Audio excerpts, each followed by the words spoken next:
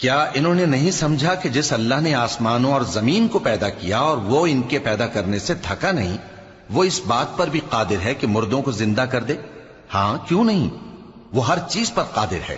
اور جس روز انکار کرنے والے آگ کے سامنے کیے جائیں گے تو ان سے پوچھا جائے گا کیا یہ حق نہیں ہے؟ تو کہیں گے کیوں نہیں، ہمارے پروردگار کی قسم یہ حق ہے۔ اللہ فرمائے گا کہ تم جو دنیا میں کفر کیا کرتے تھے تو اب اس کی وجہ سے عذاب کے مزے چکھو۔ پس اے نبی، جس طرح اور عالی ہمت پیغمبر صبر کرتے رہے ہیں اسی طرح تم بھی صبر کرو اور ان کے لیے عذاب جلدی نہ مانگو۔